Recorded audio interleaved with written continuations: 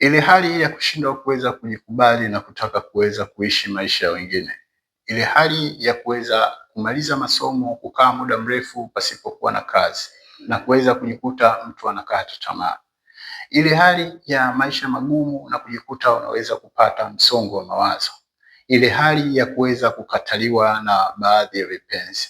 Ile hali ya kuweza kufanyiwa ukatili fulani wa kijinsia au kuweza kuona tukio fulani ambalo moja kwa moja lilihatarisha maisha yako au maisha ya mtu wako wa karibu, imesababisha vijana wengi kuweza kujiingiza katika matumizi ya dawa za kulevya.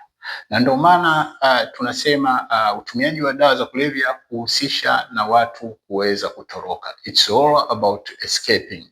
Kutoroka. Wanatoroka hali fulani fulani ambazo zilileta usumbufu katika fikra zao na hisia zao. Na hii inaonyesha vijana hawa wamekosa stadi za maisha.